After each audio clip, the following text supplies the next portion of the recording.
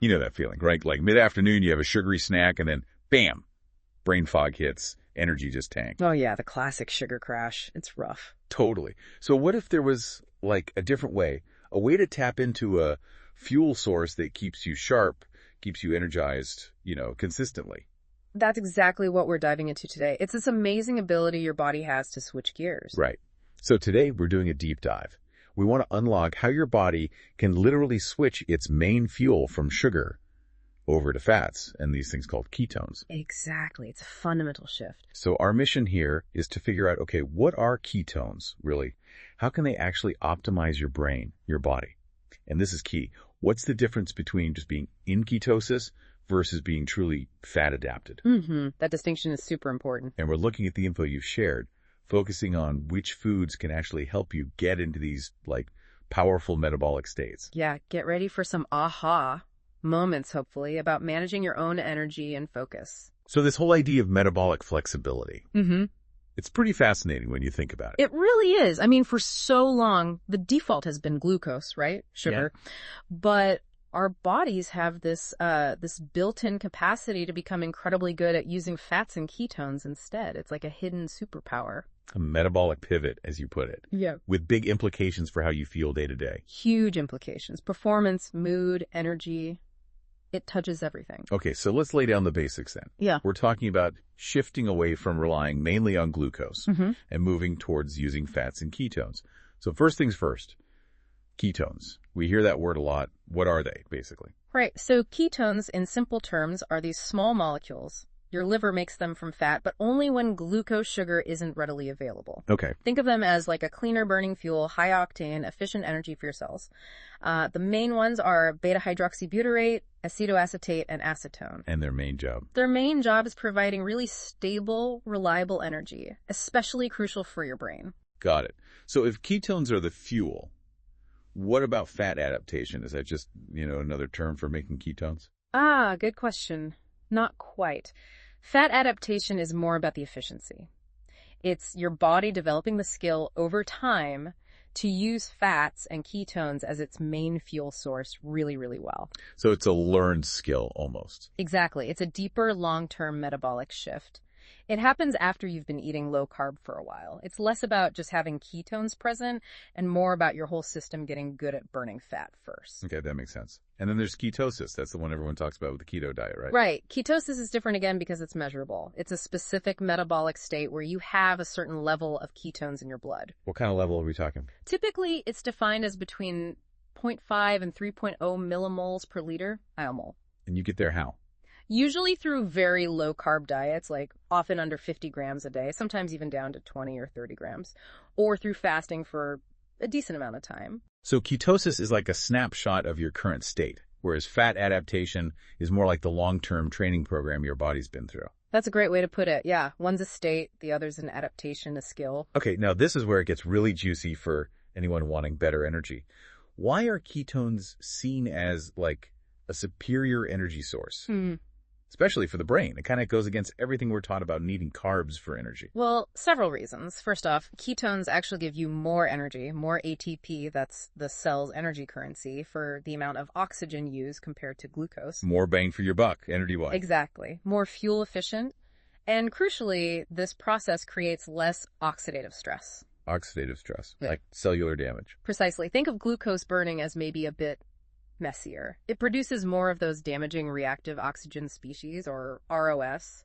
Ketone metabolism is cleaner, fewer damaging byproducts. So less wear and tear on your cells.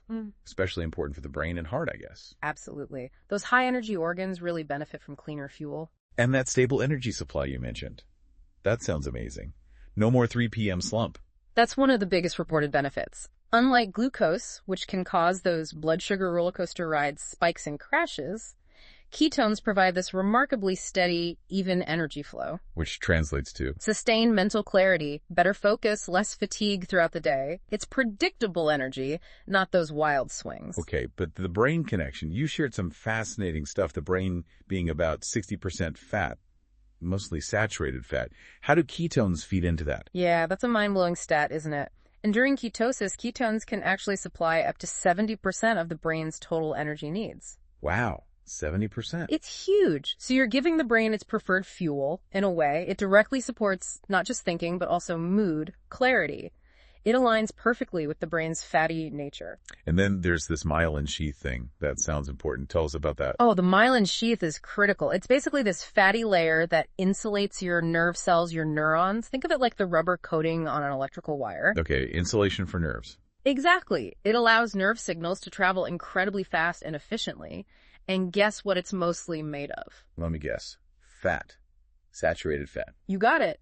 It's super rich in saturated fats. So ketones themselves, plus the dietary saturated fats you get from foods like, say, butter or coconut meat, directly help maintain the integrity of that myelin. And better myelin means? Better nerve signaling. Faster communication in the brain, smoother nervous system function overall. It's fundamental. And you also mentioned ketones help reduce inflammation. How does that work? It links back to that cleaner burning process because ketone metabolism produces fewer of those ROS, those reactive oxygen species, than burning glucose. Less mess, basically. Less mess, exactly. That directly leads to lower levels of inflammation and less cellular damage system-wide. It's protective. Okay, this is all sounding incredibly powerful. So, the big question then, what foods should people actually eat to support this? To get ketones, support the brain, help that myelin. Right, let's talk specifics, because the food choices are key here. We saw some real winners in the source material. Eggs came up a lot. Eggs are fantastic, packed with saturated fats, yes, but also choline vital for neurotransmitters and vitamin D. All great for myelin and brain health. And avocado, my other favorite. Definitely. Avocados bring healthy monounsaturated and saturated fats, plus vitamin E, which acts like an antioxidant, protecting nerve cells. Coconut meat, too. Yep. Coconut meat is brilliant because it's rich in MCT's medium-chain triglycerides. Your liver can convert those into ketones really quickly, like a fast track to ketone energy. Interesting. And butter.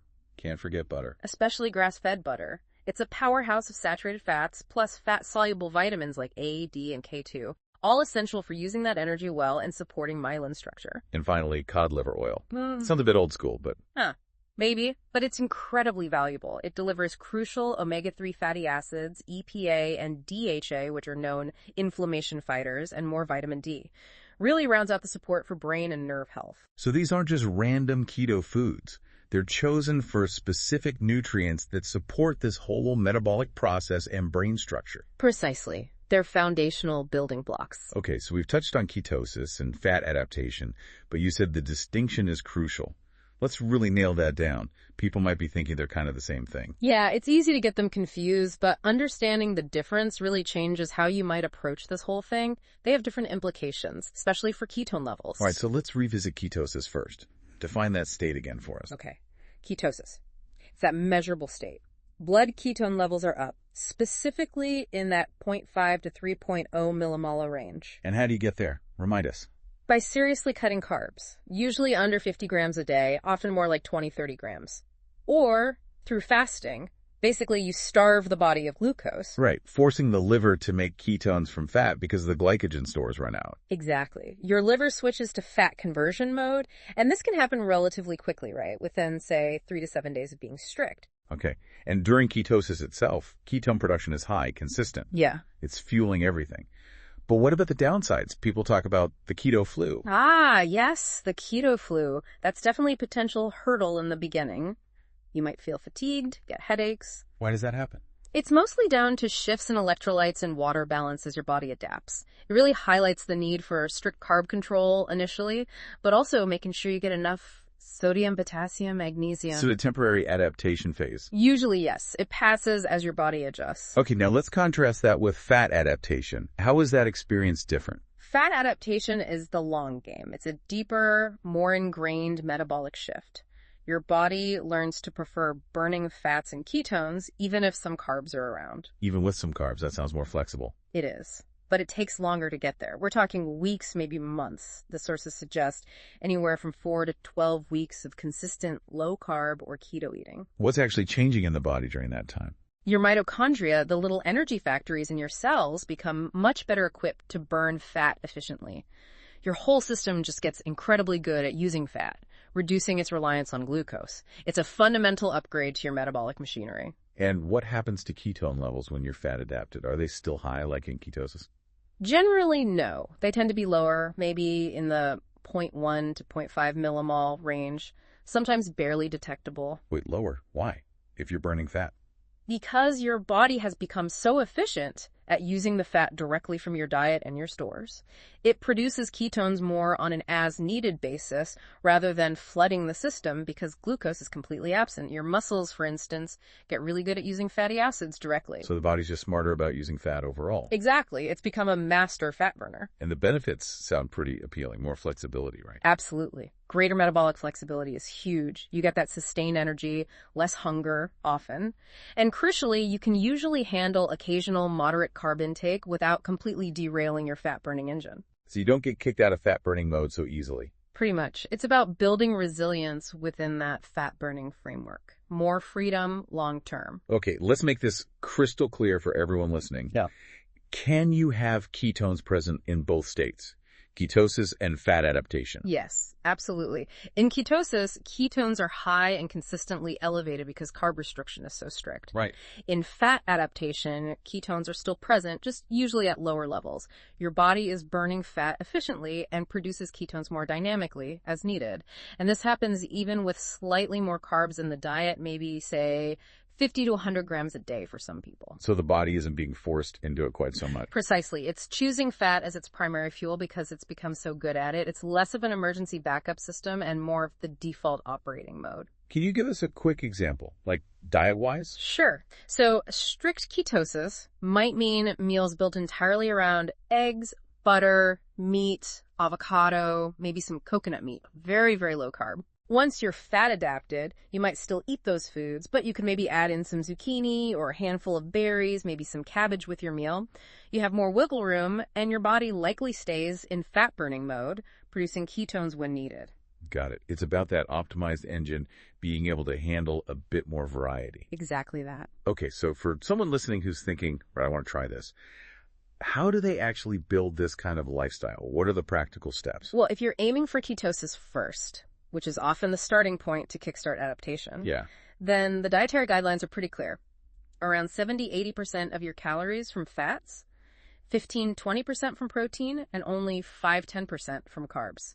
That usually means staying under 50 grams of carbs, often less. And focus on those key foods we mentioned. Definitely. Eggs, avocado, coconut meat, butter, maybe cod liver oil, fatty fish, meat. Nutrient-dense fats are the cornerstone. And then for transitioning to or maintaining fat adaptation. You'd likely keep carbs relatively low, maybe in that 50-100 gram range, depending on the person. But the focus stays on whole nutrient-dense foods. You can start incorporating more variety, those low-carb veggies like zucchini, cabbage, leafy greens, maybe some low-sugar foods like berries. Quality remains key. Could you sketch out what a day of eating might look like, just as an example? Sure. Breakfast could be scrambled eggs cooked in butter, with half an avocado, maybe a drizzle of cod liver oil if you're using it. Okay. Lunch might be something like coconut meat stir-fried with zucchini and some chicken or fish using olive oil. A snack could be a small handful of blackberries with some full-fat goose milk cream, perhaps. Sounds pretty good, actually. And dinner, maybe some grass-fed beef with steamed cabbage topped with a generous knob of butter. It's about prioritizing fat and nutrients at every meal. Makes sense. Now, beyond just the food, what other things help support this journey? Any other strategies? Hydration is massive, especially in the beginning. You need plenty of water. Structured water from sources like fruits, watermelon, lemon in water, or good quality well water is ideal. And electrolytes. You mentioned those for the keto flu. Crucial. Sodium, potassium, magnesium need careful attention, particularly when starting keto, to prevent those flu-like symptoms. Salting food generously, maybe using potassium-rich salt substitutes, considering a magnesium supplement. These can make a big difference. What about things like intermittent fasting? Does that fit in? Yes, intermittent fasting often goes hand in hand with this. Things like a 168 schedule, eating within an 8-hour window each day, can definitely help boost ketone production and push your body further into fat adaptation. And circling back to the brain one last time, which foods should people keep front and center for that myelin support? Keep prioritizing those healthy saturated fats. Butter, coconut meat, eggs, these directly nourish the brain structure and that myelin sheath. And don't forget the omega-3s from fatty fish or cod liver oil to help manage inflammation and support nerve function. These are non-negotiables for brain health in this context. Okay. Any final quick tips for someone starting out?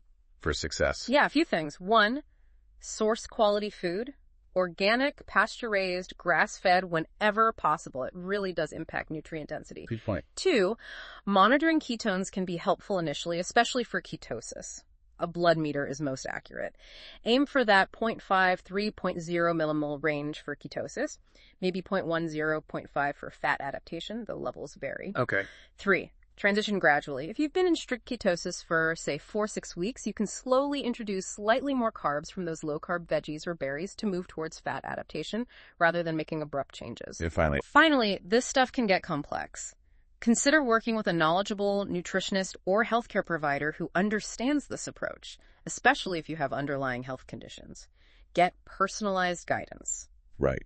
So let's pull this all together. What's the big takeaway for you, our listener, trying to get more energy, better focus? Well, the main thing is that ketones aren't just some weird alternative fuel. They seem to be a really efficient, stable energy source, especially beneficial for your brain, tying into its fatty structure and supporting that critical myelin sheath.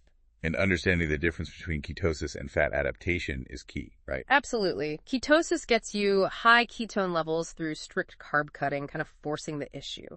Fat adaptation is that longer-term state where your body prefers burning fat, offers more flexibility, and might have lower but still present ketone levels. It's moving from a forced switch to an ingrained skill. Beautifully put, yes. And those foods, eggs, avocado, coconut butter, cod liver oil, they're the building blocks. They're crucial for supporting these states and getting those vital nutrients.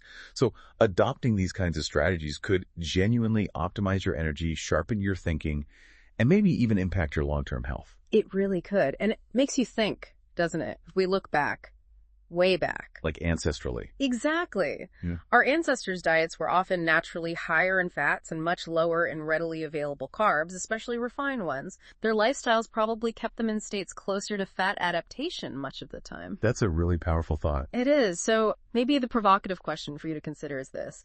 If our biology is potentially well suited to this fat-burning state, what does the modern food environment, with its constant abundance of glucose, do to us? And what challenges does that present if you do want to tap back into that ancestral metabolic flexibility? That's definitely something to chew on. A great point to leave everyone with. As you go about your week, maybe pay a little more attention to your own energy patterns. Think about how different fuels make you feel and what exploring this idea of metabolic flexibility might mean for you personally.